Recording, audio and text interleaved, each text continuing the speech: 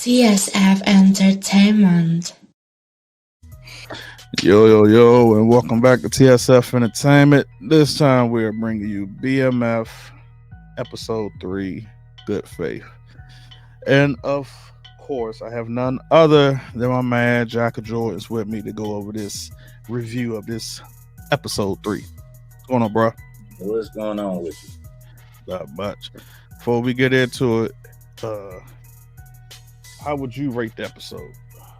This episode, again, it's getting better and better. I would say this is probably about a 7, maybe a 7.5. It's getting better. Somebody pissed me off a lot in this episode, but we won't get to that. Yeah, you hit me when I first saw your drawing. I was like, all right, I gotta watch it.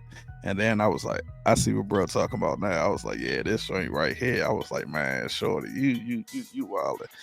But yeah, I would say the same thing for the episode 7. Like, I'm what I'm taking from it now is like every episode, probably I guess maybe up to near the last, is they always gonna give us a flashback of Mexico before we finally find out exactly what it was that we got an inkling on this episode of what kind of direction, what happened in episode from T's perspective. But I think as it keeps going, we're gonna keep going it. So let's go ahead and kick it off. So the episode synopsis says Meech and Terry find new inspiration in a rising R&B singer.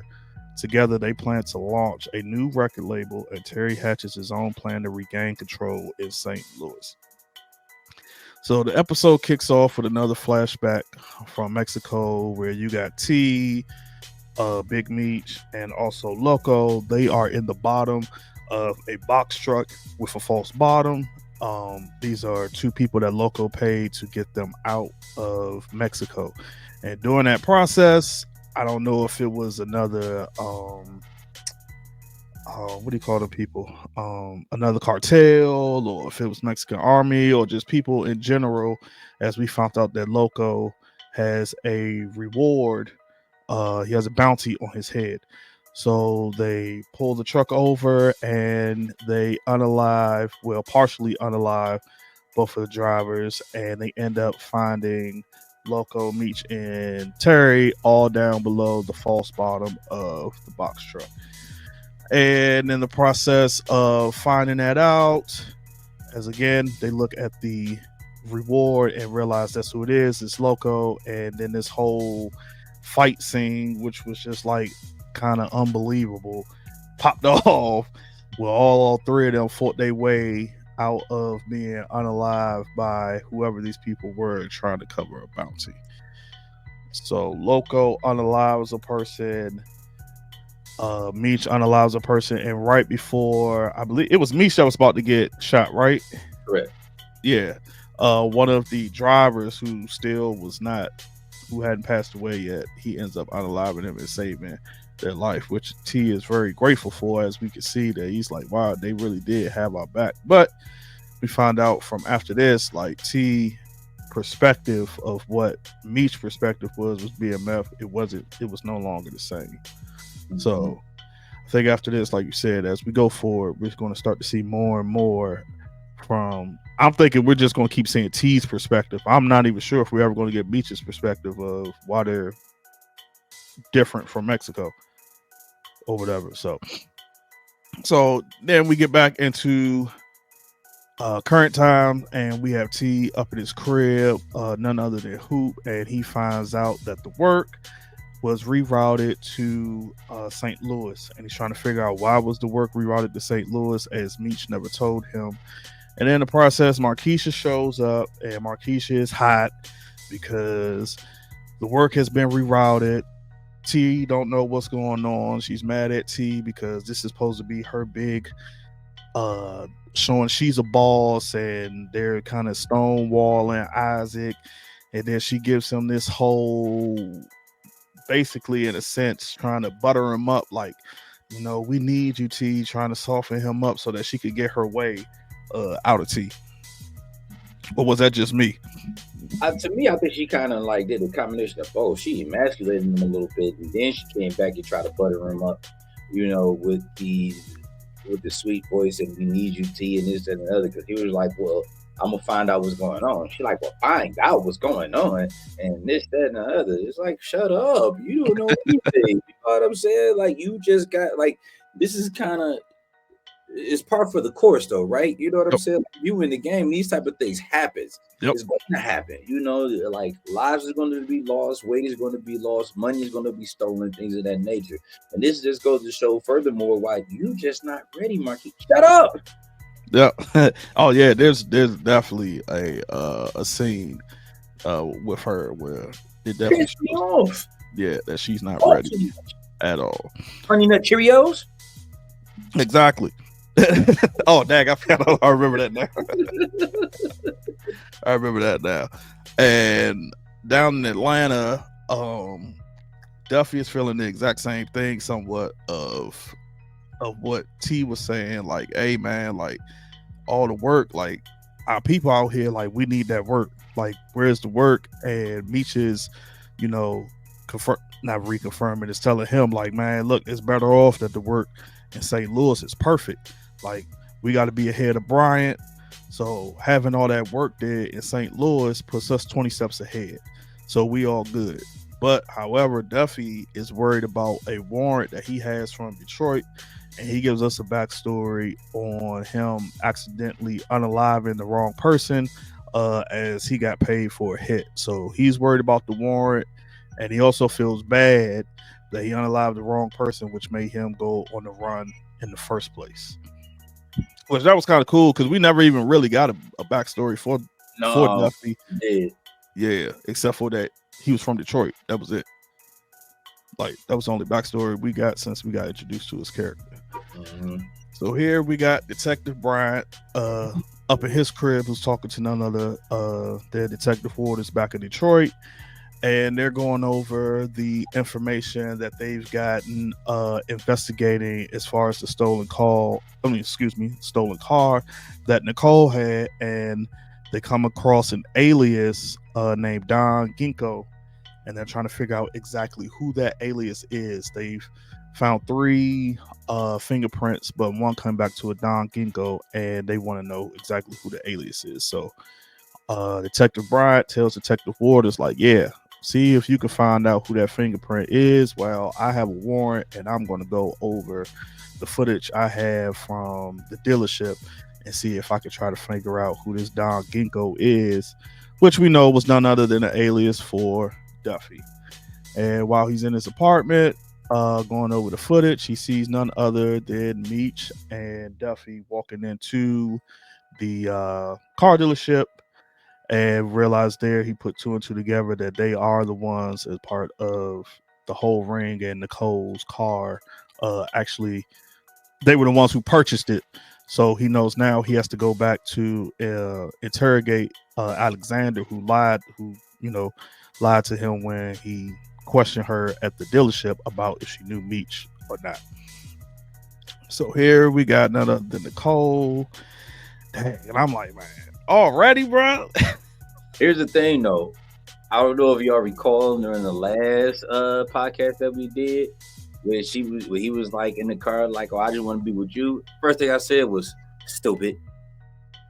That's like, you young, you going off into college life, this and other. The best thing for you to do is let both of y'all just be free, and y'all make a decision after that.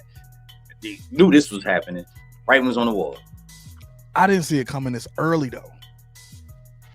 Like, because since they're both going to school in Atlanta, I didn't see it coming this early. I figured probably like later on down the line, maybe like episode 5 or something, like we was going to see like they was just going to fall apart, because whether it was going to be her or something was going to happen, they was going to fall apart.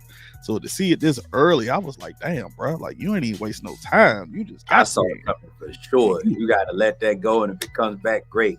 But if it don't, you prevent things like this from happening.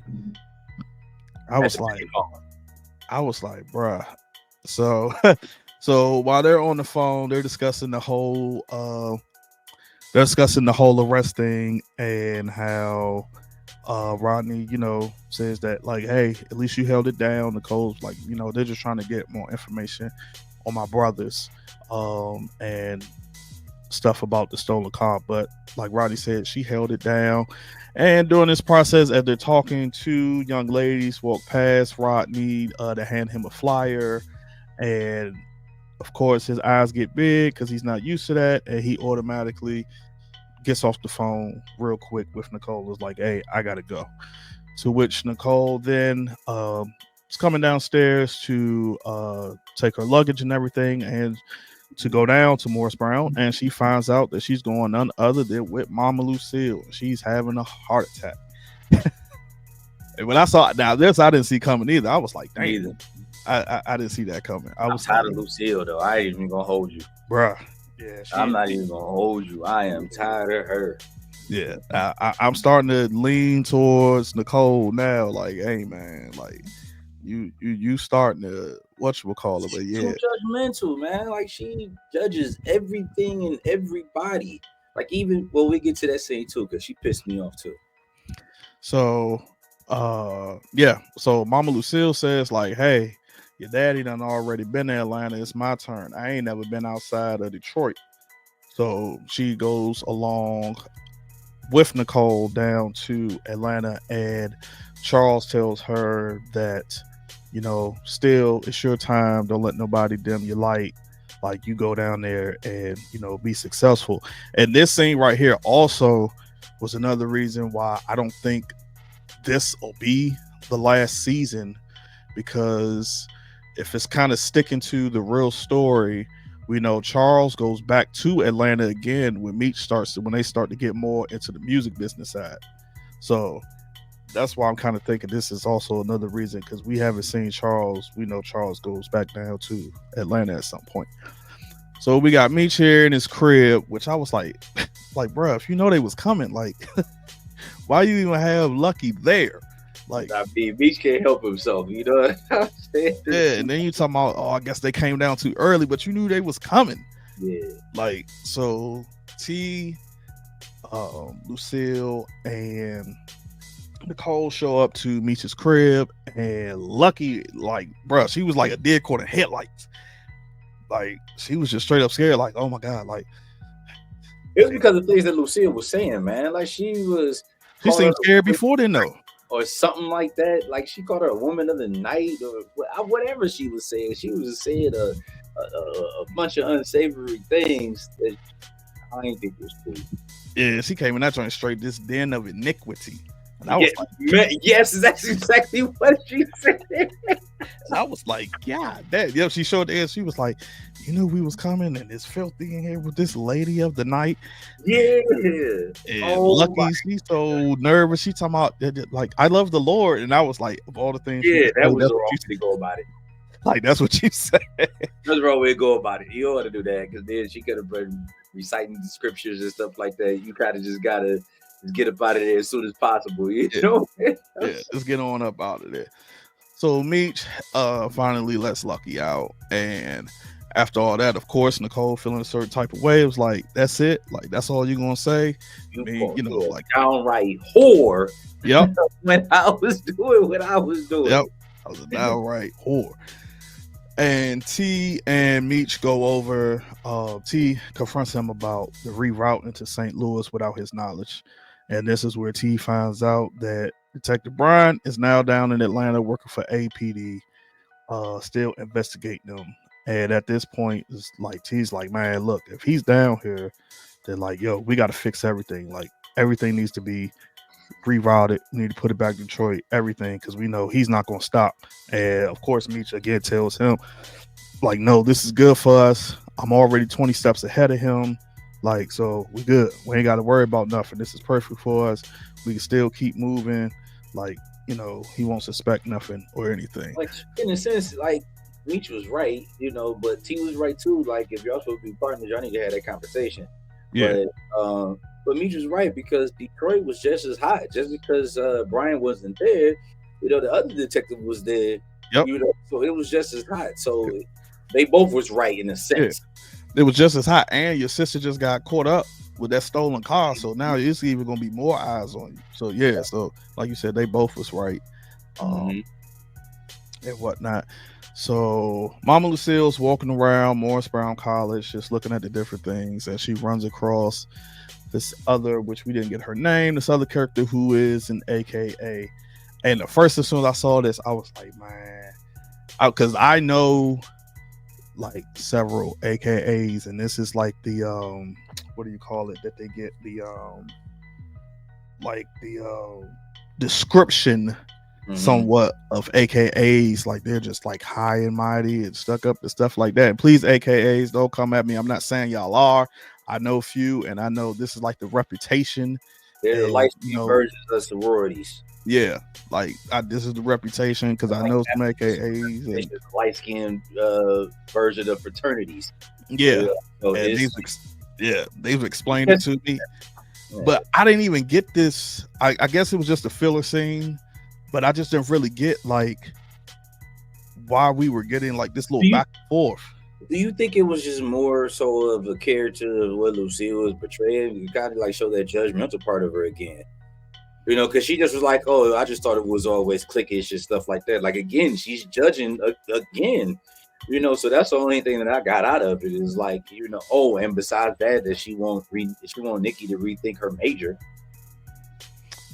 You know what? Now that you say that, I didn't think of it. I kind of took it at like it was just a scene they threw in there, and then I kind of look at it, and then I kind of took it as like, yo, they're doing this to like, because the AKA was like, well, you know, my daughter came here early because she's gonna be pre-med and all this other stuff, and she's like, you know, well, my daughter, you know, she got a full ride X, Y, and Z. But I also thought it was kind of to show like Mama Lucille's you know, educational background, because she kind of hesitated, you know, when she brought up the whole. I thought she was gonna say, well, you know what, I never went to college, but I think because she felt a certain type of way how the lady was coming at her, like she ain't revealed that information and was just like, you know, well, that's why, you know, I always thought they too cliquish. But now that you said that, I think you're onto something, because there's a underlying thing with her in this whole episode as far as Mama Lucille. This scene right here, I was completely, and I hate the jump scenes, and matter of fact, I'll wait till we get to that scene and then I'll explain why this scene threw me off. But we got Charles here in the in T's restaurant eating, and one of the waitress I believe her name was Cecilia. Yep, Cecilia. She's in there, you know, serving customers as well as cleaning. I mean, not cleaning, singing. Singing it. I think it was Roberta Flack. I think it was Roberta Flack and what's his name? I can't even think of his name. Donnie Hathaway, I think it was, that they were singing. I could be wrong. Y'all let me know in the comments. But they Charles introduces himself to Cecilia, tell her, you know, you have a beautiful voice, you know, I'm T's father, and she flirts back and is just like, you know, hey, you know, like father, like son, you know, the apple doesn't far fall from the tree as far as like his looks and, you know, his pizzazz and all that different type of stuff. Yep, it was Where's the Love, Roberta Flack and Donnie Hathaway. Okay, I thought so. I just couldn't remember. I thought so. So back down in Atlanta, we got Alexandra from the car dealership sitting down with Duffy, T, and Meech, and she's discussing everything that happened. And she tells them that, you know, as far as the paperwork is concerned, like Detective Bryant's not going to find nothing. Like there's nothing there. He could just keep digging. There's nothing there. However, you know, the CCTV footage, he's going to see y'all up in there, and that there's nothing that she can do about that. She also reveals that the associate that worked for her dealership, whose name was Kenny Johnson, had a side hustle of reselling stolen cars, and the car that, you know, was part of Meech and the fleet just happened to be that car. So that's when she gives them the information on Kenny, and was like, you know, this is why I'm bringing this to y'all, because I don't know if he's going to snitch, if he's going to run his mouth, but, you know, y'all need to go pay him a visit and go talk to him or whatnot. Now, maybe you can explain it to me, because I was trying to figure this out as to why was Terry so mad at Duffy? Like this was Duffy's doing. when they've been using this lady forever? I don't know. Maybe because Duffy introduced him. I have no idea, to be honest. I thought maybe because Duffy is the one that made the introduction to kind of get them, together. But again, I think this is T being a little, I don't know, like power driven, like just stuck on his power, like he's gonna the power trip with this one. To me, honestly, and that's why he got pissed off. Like, nah, this is your thing. You need to handle it. Why do we need to handle it? But the reality of it is, they all need to handle it because all they Yeah. Yeah, I was just confused. I was like, bro, why you coming at Duffy like that? Like Meech been saying, they've been using the fleet. Everything been good up until this point. So I was kind of confused why he was going at Duffy, and he was like, you got the audacity to say we after all this stuff you created. So I was a little confused by that. But Duffy, he was like, it's my mess. I'll fix it. And Meech tells him, like, pay him off good enough to where he gets out of the city until all of this stuff blows over, and make sure that he gets out of the city, which we know later on what's going to happen when he goes to see Duffy. And back at Meech's crib, Mama Lucille is cleaning up Meech's house, as she says it's just too filthy. While she's staying there, it's going to be all clean. And Meech gives her, with, I'm going to believe it's none other than a chinchilla. I could be wrong. He gives her this coat, and of course she says, now due to her new role as pastor of the church, she can't take the coat because she has an obligation to lead her flock the right way. And Meech, which we saw from the same thing Charles was telling her, again, you put the church before the family. Like, church always comes first. That's why we were struggling. Like, it's always church, but the church never gave back. And so Meech and Mama Lucille have this whole back and forth between the church and what's going on. And she's like, you're not going to stand here and tell me, like, God hasn't been with you, as you was shot 5 times, and like now you're here sitting here breathing. And I kind of found it funny when she said, I never judged you. And I was like, but she has. I was like, maybe not now, but I remember season 1. Absolutely has. And I think this scene pretty much defines what we got to get, moving forward with Lucille, especially with her new position being the pastor. Like, she's going to be very, very judgmental. However, we know towards the end, I hate to jump scenes, that coke came with her. That's true. I'm wondering. I saw that too, and I'm wondering if later on in the episode we're gonna see that coat come out, and if that's gonna cause up some type of controversy at her church, especially after meeting with a certain pastor in this episode. So they head over, which I forgot. Back after the Duffy scene, Laz comes in and Meech just asks Laz, does he go to church? As when Mama Lucille arrived down in Atlanta, she told Meech straight up, like, on Sunday we going to church. So he asked Laz, does he go to church? And he's like, yeah, we go every Sunday. And so Meech sets up this whole thing where, like, okay, cool, we're gonna go to visit the church Laz goes to, and they pull up and they see the Brinks truck outside. Like, yo, what kind of church is this? Got valet parking at church. That, bro. When I saw that, I was like, okay, I don't know what kind of church this is. Oh man! Got the ATMs in the inside, and the codes like, this church must be, a love of money. And we meet Laz and his grandmother at the church, and they make their introductions. And also, what killed me was the part where the usher is going to get them seats, and the man had a handout for like a tip, and I'm like, bruh, for church? But like, you know what? This stuff is true. This stuff is true. I don't know how true it is in Atlanta, but it's definitely true in Detroit. And it's even true in the 2000s. So this is definitely not far-fetched at all. This is just not so throwing a scenario on the wall and see if it sticks. This stuff actually happens. Wow, yeah, I couldn't believe it. I was like, he really got his hand out. So that's why I laughed when Meech and Terry was like, "Thank you, brother," and he was just like, "Okay, all right." So we have Pastor Coleman here in church. He's giving a sermon about the money, is not the root of all evil, is one of the roots of evil, and how they should, show what God has gave them their silver and gold, and during his testimony and everything, people just start throwing dollars on the ground towards his feet. I was like, wow, okay, y'all just throwing money like that. But I got the vibe that this is one of those mega churches that's known down in Atlanta.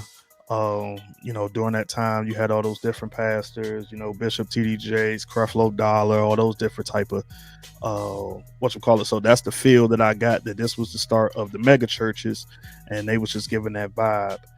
And so after church, Nicole fusses out T and not T, but mainly Meech for giving Nicole the stolen car, because she's like, if it wasn't for you, I wouldn't even be in this situation. And when you came back to my party, you didn't come back to congratulate me. You came to put the shine all on you, as we haven't seen you in 6 months. Which T, he found that funny and was like, exactly.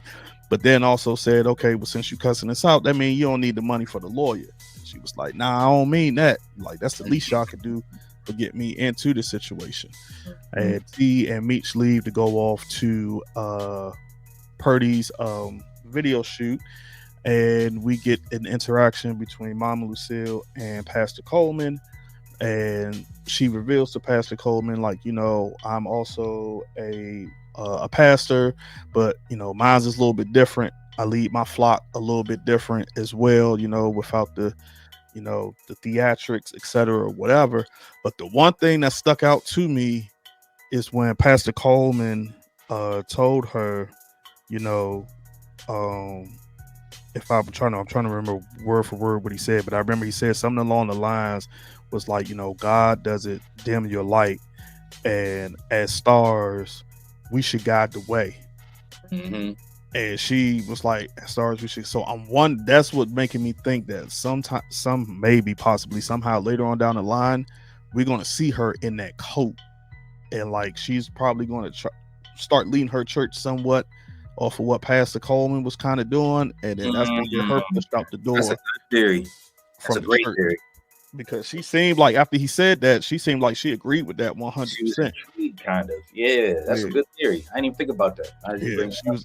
She was a treat. Man, this fool right here, bro. I would throw him out the window, off the balcony.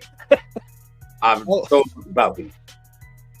I was like, he cannot be for real. So Duffy rolls up on Kenny Johnson and offers him money and say, like, yo, we don't care where you go. Find some long lost cousins. You got to take this money and you got to roll. And this dumb here is like, I'm not a street dude. It don't apply to me. The whole no snitching rule. A record is gonna mess up everything I've worked for. I was only stealing cars to pay for my EMT training. Now all that's good.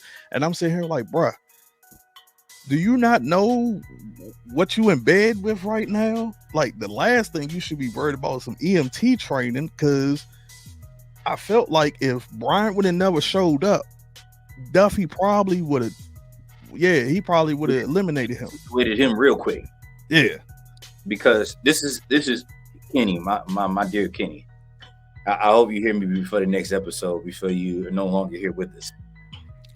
Once you become a thief, once you start breaking the law, no, you're not a gangster, but you are a criminal. A criminal. So therefore, you're no longer a civilian. You are a part of the criminal underworld. Yep. So the no snitching thing, the no snitching clause, it's not out the door. You can know you that applies to you. If you were just a civilian doing nothing, that's something completely different. You are a thief. Yes. You are a thief. A whole thief. A car thief. Grand Theft Auto, my boy. It don't matter whether or not, an EMT's this, that, and the other. Maybe if I need to give them your name and tell them that you asked me to do it or I was doing it for you, they'll let me go. No, they won't let you go. No. You still have a record, dummy. Yep, gonna have a whole record. I was just like, man, and I really thought, I felt like I said before, I felt like if Bryant didn't show up, he would have, because we saw with Duffy had the strap, he had a silencer on it. Mm-hmm. So I felt like if Bryant did not show up, he was gonna give him one more chance, and then he was like, you know what? And I thought that was gonna happen. I wasn't even expecting Bryant to show up. I thought it was gonna be one more. He was like, you know what? I can't even take this no more. I thought he was too, because I thought he was going, and I thought maybe we was gonna see kind of like a, not necessarily a fallout between Meech and Duffy, just because the way that it happened, like he already explained. I already caught some issues, back in Detroit. But then he put emphasis on you give him some money and you just make him go away. And now it's like, nah, the money wasn't enough. If he would have got to talking, we all would have went away the other way. Yep. So, but yeah, I didn't see this one coming. Yeah, I didn't see this one coming. So Brian shows up to his crib, and of course Duffy is surprised because he's like, yo, what is he doing here?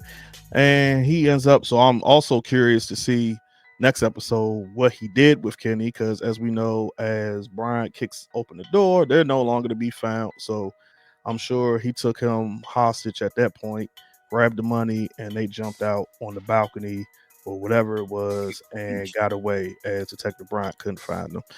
But back at the precinct, we got Alexander, who is being interrogated by Detective Bryant, and he shows the picture from the CCTV. Those sevens he got on? Yeah, he had on the hair sevens. Okay. Yeah, he had on the hair sevens. Which we can see Meech and Duffy in the car dealership. And again, Alexander holds it down and was like, hey, I didn't sell them the car. Like, you asked me, did I sell them? I didn't sell them a car. Can I ask you a question though? Yeah, go ahead. Now that we said the sevens, what year are we in? If that's the case, then you know what? This is kind of like, and I hate to bring up other shows while we discuss this, kind of like Power in a sense, because the continuity will probably be off, because if that's the case, then we're in 92, but it's impossible because I don't remember Meech and them label being like around the 90s. I could have swore it wasn't until it was early 2000s. Yeah, where they start getting into it. So that's why I'm just like, I think at this point, like, the continuity is just off. It's way off. Yeah, it's way off. Because I've been trying to figure that out too, and y'all can drop it down in the comments and let us know y'all theories of what year y'all think we're on. But I know we're probably at least in the late 90s, early going up to the early 2000s, because we know that's when the whole BMF label thing, and we still haven't seen Meech's other house, the White House. He's still in that other, he's still, in the house he's in now. We still haven't seen him in the White House yet, which we know, that's where they had everything hitting and all that other stuff. So yeah, I think that's where we're at. I think we're like in the late 90s rolling over into the I was asking, because shout out to our viewers. We do read the comments. DeMarcus just said something. He was speaking to the effect of Purdy being somewhat of a Lou Da Vinci, being the first artist on BMF. And I was like, nah, I don't think that's it, because BMF Entertainment didn't start till like 2003, 2004. And I feel as though that we're still in the 90s right now. Yeah. How is that? I was like, that's not translating right. Like the years is off, and they don't have to make the years off, because this is something like partially based on a true story. It's autobiography, so I don't have to make the years off to speed it up, especially if a lot of us know the story and follow some of the story. So I was just trying to figure it out, because we never really kind of you know what, the timeline. You're right, and the timeline is off. And you know what, it can't be 92, because if my memory serves me correct, the Source Awards did not start happening until 94, 95? Because we know next episode they go to the Source Award. It started one time and then they stopped it. Did it start it again? If I'm not mistaken. somewhere around there. We gonna keep on. We'll probably, as the season progresses, we'll probably start to figure out exactly what timeline we in. But I'm thinking we're in mid to the late '90s as we're rolling around to BMF's record label. Yeah, because that's Um, the case. They got what arrested. They got popped in what 2007.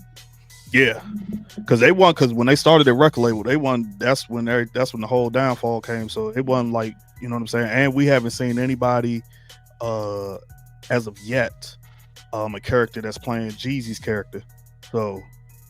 So somewhere along there, then like, yeah, so we got to be probably late '90s. But to get back, Detective Bryant, of course, he's still interrogating her, and Alexander is like, you know what? If you had something on me, I would already be in handcuffs. But Detective Bryant lets her know, like, now you're on my list, as he knows that she lied to him about knowing Meech and Duffy and all them. So back in Detroit, we got Aisha, Charles, and B. Mickey along with their daughter, um, and they're having Sunday dinner. They invited him over for Sunday dinner after service, which I'm trying to figure out. I guess maybe because they go to the church because his girlfriend said. Wait a minute, hold on. His girlfriend name is Aisha, right? I'm trying to make sure I ain't getting it confused with the daughter. Correct. Okay, yeah. So um she had made the comment that Mama Lucille was out of town, so of course we couldn't let you eat by yourself. And during the whole their whole interaction, which I still never saw any dinner being prepared, um they start talking about love and all this different other stuff. And she says to Charles, hey, looks like you kind of found love. I was trying to figure out what was the purpose of him revealing to them. Like, he knows B Mickey, but he don't know her like that, his girlfriend like that. So I was trying to figure out, like, why are you kind of revealing that you? I guess this was their way of to reveal that now Charles is about to start dating or wanting to date. Because I was like, there's no purpose for you to tell them that, oh, like, oh yeah, I found love, unless this was a way to bring out maybe a like a little segue point for B Mickey to reveal, you know, how he was after, being kicked out of the whole clique or whatnot by Meech and all of them. As he said, he was at his darkest low points, and he was at the soup kitchen. And she found him, and she was the one who helped him get himself, back together or whatnot. So I kind of feel like that's the only way, because I just don't understand like why he was revealing that to them or whatnot. And them soup kitchens in Detroit is slums. Yeah. Well, Yeah. Charles sells B Mickey, you're a man and you're a father now. Look like you need some help around the house. I'll grab my toolbox and I'll be over to, help you fix up some things around the crib. So here we are at Purdy's video shoot, and Meech and Terry roll up on Purdy at her video shoot. And during the video shoot, Meech sees a young lady. I'm like, damn, dog, like you just dealing with Lucky. Like you're dealing with Lucky, and immediately he talks to Purdy's makeup artist, who's the name her name was Maria. And he was like, that's like a Spanish name. So he didn't expect her name to be Maria, but they have a whole interaction, and he gives Maria his numbers, like, you hit me up. And then after the video shoot, Purdy introduces Trail to T and Meech. And Trail is like, I'm the producer, I'm the label, I'm everything. Like, who are y'all? And basically, in a sense, I guess, like, trying to son them like they were nobody. And she says, yeah, like, and she's like, Meech is they're the ones who let us use their cars for this video shoot. And when T goes to go introduce himself, he just looks at him and is just like, you let me know when you finish with your little fan club. And I'm thinking, like, bruh, like, yeah, like, he's a sucker.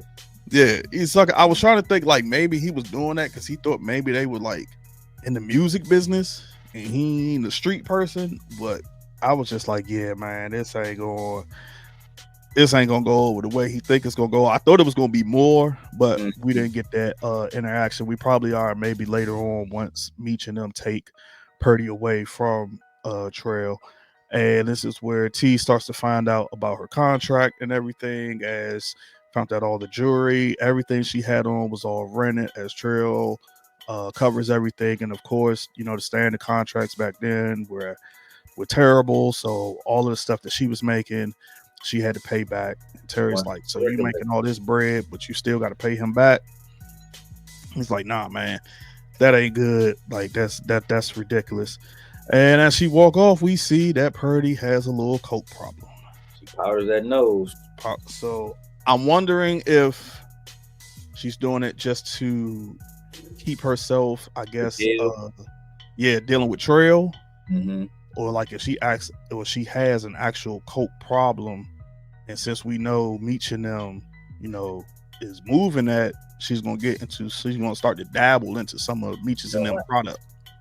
Do you think this was kind of like an introduction to showing that a lot of people like to powder their nose in the music industry, and they said like at some point there was like, oh, with her connections and then networking through the music industry, we could be moving our work a lot faster. So do you think this may have been like, hey, a lot of people in the industry do this, and we can sell it to them and make a fortune just based off of them? You think this may be an introduction to that?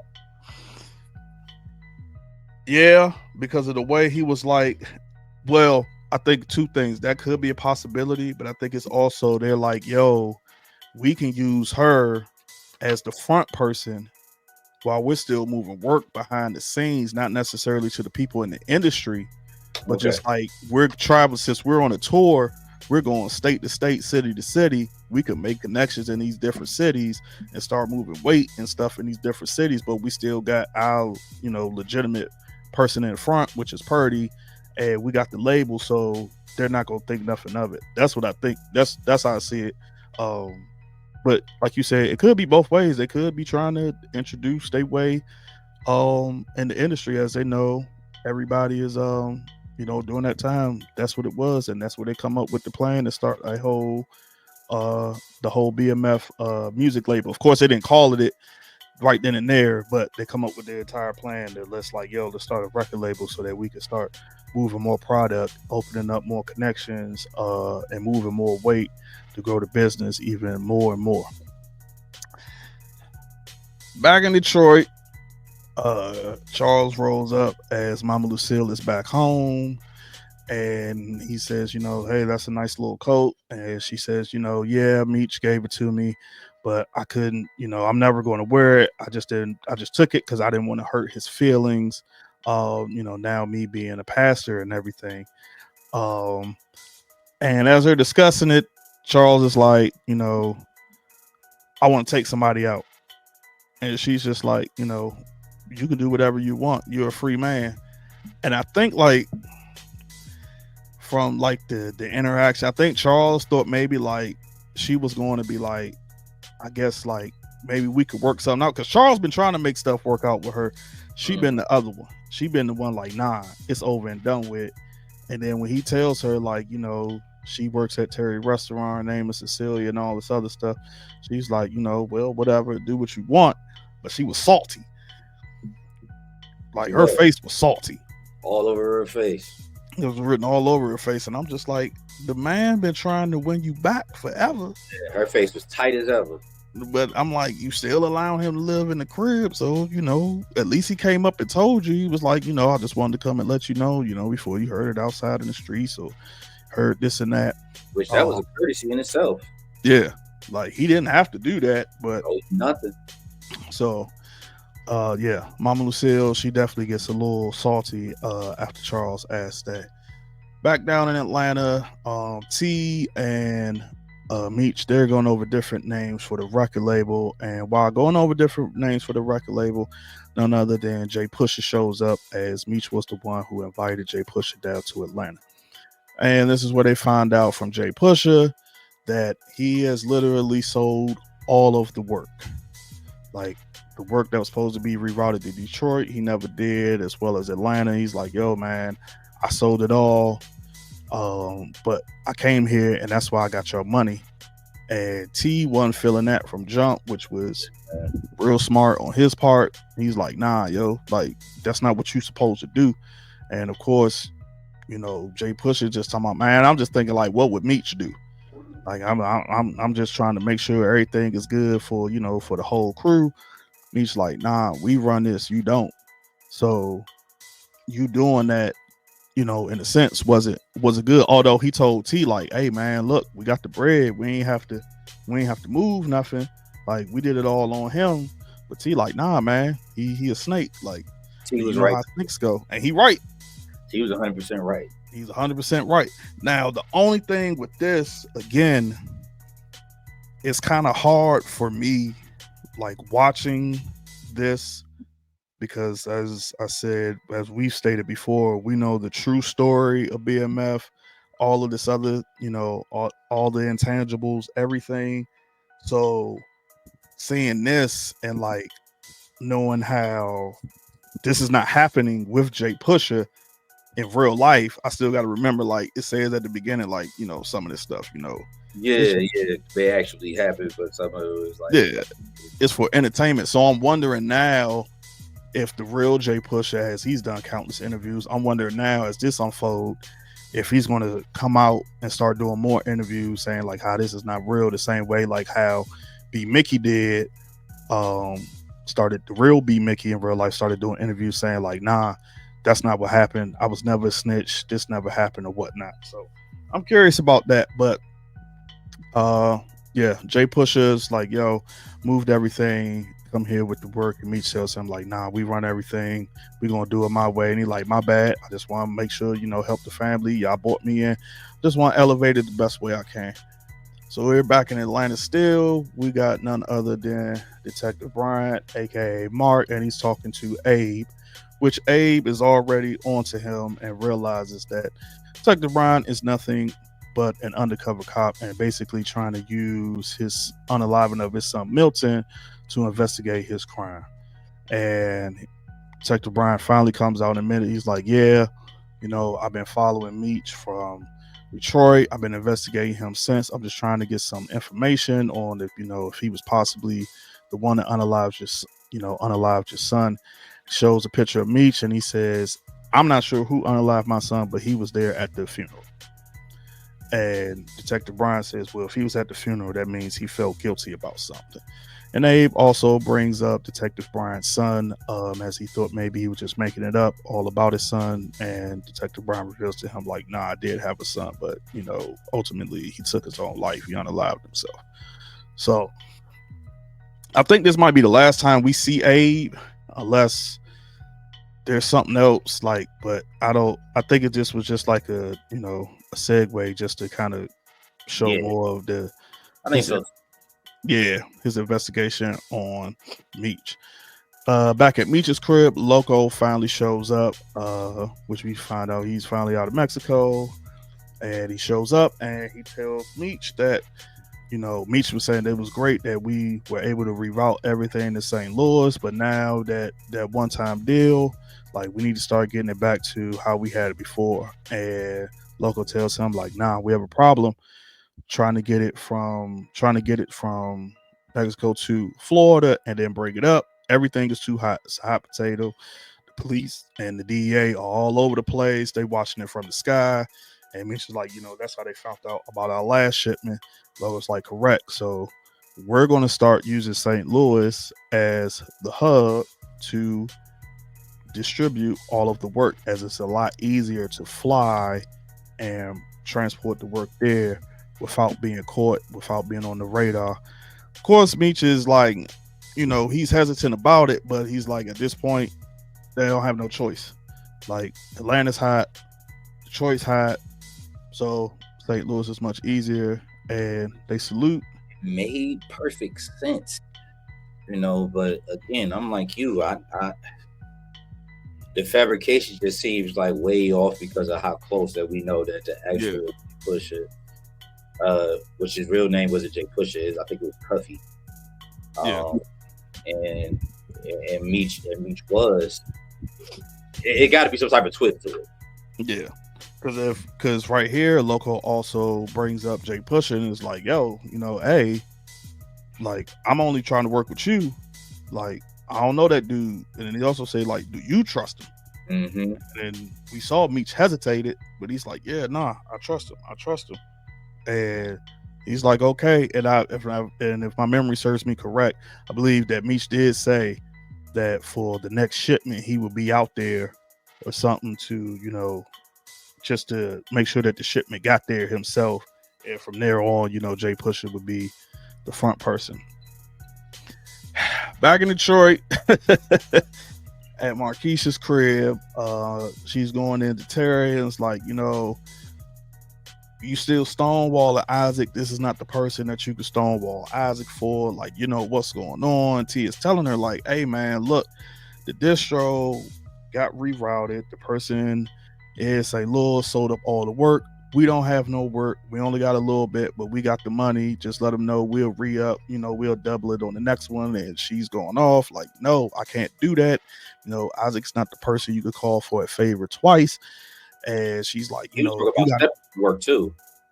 Yeah. She's like, you got to fix this. And he's like, well, yo, we only got two options. Either we tell him what's good, the work is gone, we double up, or we step on the work, what little bit we have left, and sell it to him.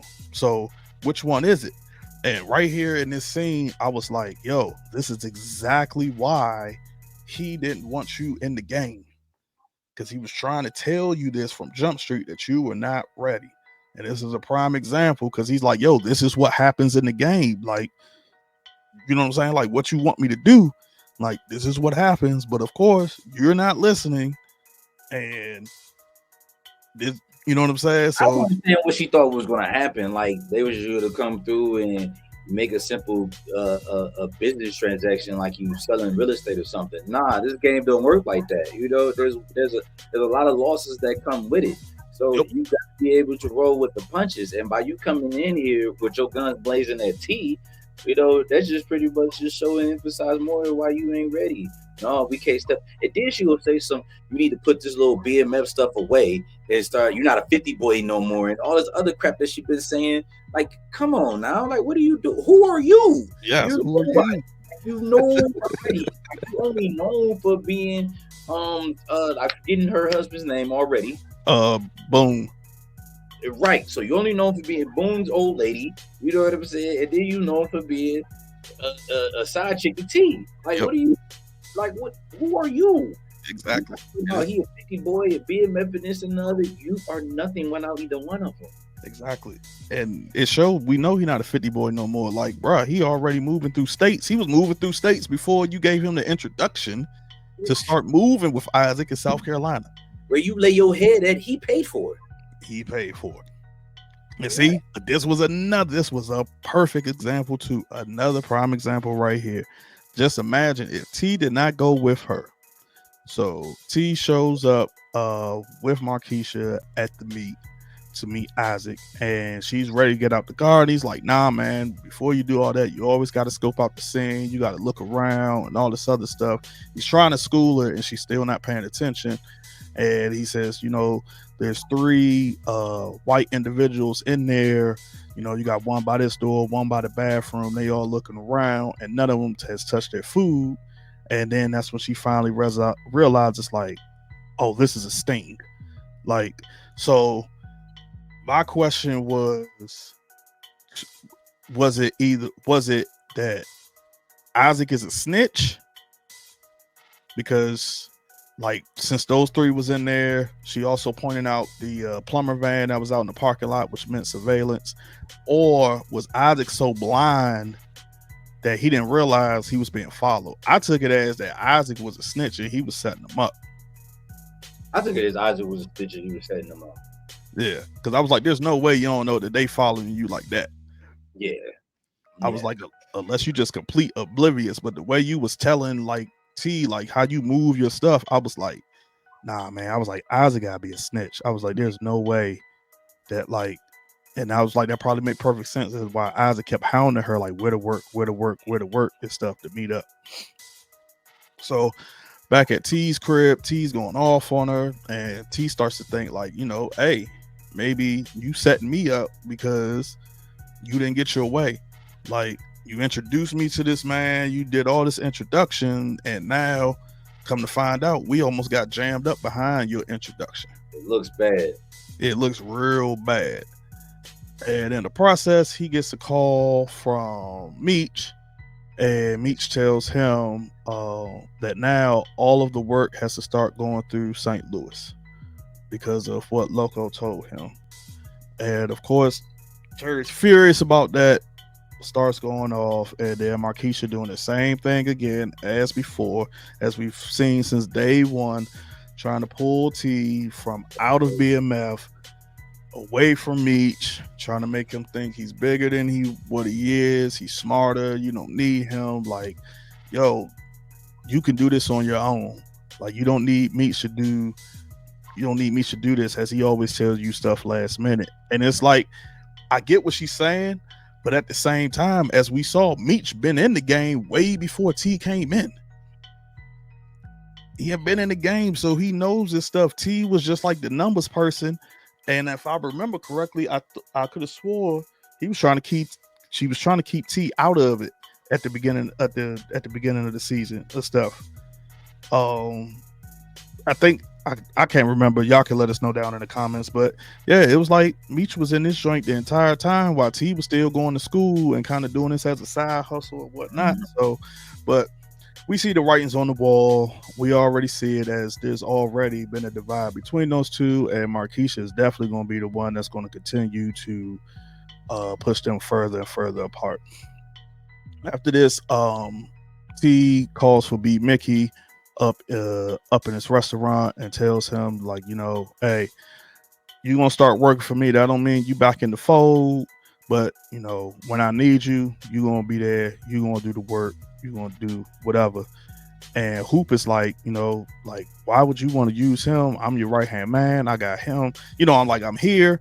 I could do all this work. And that's when Terry tells him, like, man, when the bodies start to fall, he's dispensable. You're not. So when those bodies start to fall, like, they'd rather be him than it be you. Mm-hmm. Yep. Like, let's him take fall. So I was like, okay, I see how you're gonna use B Mickey this season. So on the next episode, as we can see, again, we're going to get a flashback of them in Mexico. As Meech is still in Mexico. I think this scene right here, they're gonna fight off I don't know, the cartel or some type of army. I think I remember seeing people in fatigues with with guns and everything like that in there. I forgot this. I forgot what Terry says in this scene right here. He says something, but I completely forgot what he says in this scene right here in this restaurant. I think here this is probably going to be where maybe the St. Louis hub, where they're going to start storing the work, because that looks like a warehouse. Yeah, that's what it looks like. That's what it looks like. And then it is kind of funny now what you're saying about those 7s earlier. That jacket Meech got on matches the Aqua 8s. Aqua 8s. I was just thinking that. So we can also see Meech, who we know now is more than likely he done stole Purdy away from Trail to start the BMF record label, as they're down in the studio working on music. Probably gonna get some more background on Purdy and everything that's going on with her life. I'm also kind of feeling like at some point Meech is probably gonna, I don't know, get interested in Purdy, and as usual, although he tried to holler at Maria, but I kind of see that writing on the wall as well. We have Jay Pusher here, who we already know is a snake, and he's meeting Loco in the Connect, and he basically tells them, like, hey, I moved it last time. Why don't we just cut out Meech and Terry and y'all just work with me? I'm thinking Loco's gonna say something to Jay Pusher. For sure. Yeah. Because I can't see it. Or I'm wondering if Meech is already there and hears it. He could be there. They could be on the plane and he heard it, Yeah. But he's not. Loco's gonna say something to Jay Push, and he's also gonna tell Meech. Yeah. He's definitely gonna say something for sure. Here we got Purdy, T, and Meech, and we know that they are at the Source Awards as it's being broadcasted in the background. So this, like I said, this is what the continuity of the years. This is what kind of makes me think like this is like late like late 90s or so. I mean, they did have the Source Awards, but I don't remember like the Source Awards start hearing more about it until like, the whole thing with the Bad Boy Death Row beef, with Snoop on stage yelling, y'all ain't got no love for Dr. Dre, all Yeah, that different type of stuff. I thought they like stopped it for a minute for safety purposes, and then they restarted it. And then I'm thinking this was like the reset of when Mhm. they started the Social Wars. Yeah, because I remember when they reset it, that's when they started getting broadcasted on TV. Before that, it was never broadcasted. So, yeah, so we know that they're there at the Source Awards. Right here, I'm thinking like B Mickey is whatever job that Terry gave him. I'm thinking he's having second thoughts about it, but at the same time, he realizes he has no point as he needs the money to take care of his daughter. Yeah, I think this is kind of like a revelation with himself that he having. Like, all right, I'm back in the game. Let's go ahead and put this work in because I got to take care of my daughter. I don't want to, but I got to. Yeah, but he got to. Now, this scene right here, I'm kind of curious about because that's Wanda. So I'm wondering what this whole scene is about with Terry and Wanda. I don't know if they're gonna get back together, but I'm just very curious because we haven't seen Wanda since the graduation. So just curious to see what's this whole conversation about as she's there at Terry's condo, maybe possibly, more so Here. What do you say? I think they're talking about hair. Could be. Say that because they put emphasis on like when it first came back on of her going to school for hair and stuff like that, and maybe that she's possibly this is just a prediction, and maybe she possibly talking to him about doing something with a salon or something like that, or opening up her own shop, something like that, and she probably look at another way to flush his money. Okay. Yeah, you know what? Yeah, you're right. That That's might be it. Could be way off, but when I first saw this, I was like, why would they put emphasis in the beginning that she's doing hair just to show how bad of a job she did on Nikki hair? It doesn't make any sense. They just give us anything. Yeah, you might be right that he might be using her to try to start flushing some money. I was thinking more so maybe like she heard that Terry back messing with Markeisha again or something. Of course, she get a little jealous or whatever or whatnot. But your prediction is way better. That's probably what it is. And that's all, folks. Please make sure to like and subscribe as well as comment down below and let us know your predictions, how you feel, your thoughts of everything we just reviewed, as well as for the next upcoming episode. Any final thoughts, Dr. George? You know what? In the beginning, I swear I was like, nah, I really don't even. Of course we gonna finish the assignment, but I was just like, yeah, whatever. Yeah. But it's turning out to be pretty good, man. It's turning out to be pretty good. I'm still a little upset about the snake bite thing, but we gotta move back. But it's turning out to be a decent episode. It's getting better and better. Not gonna lie. Yep, same here. I hope this continues and it just keeps going up because this probably has been maybe since season 1 the best season so far. So I'm hoping it continues to go up and everything. Also, I know y'all probably been waiting for like our picks and predictions, stuff like that. I know we haven't dropped any. STARZ is kind of being a little bit more secretive with the BMF stuff this season. Not sure why, maybe because of the whole thing with 50 Cent, or they just want people to keep watching it as it's quote unquote their last season. But whenever we do get those picks for the next episode, if we're able to, we will definitely drop a prediction video. So we will catch y'all for episode 4.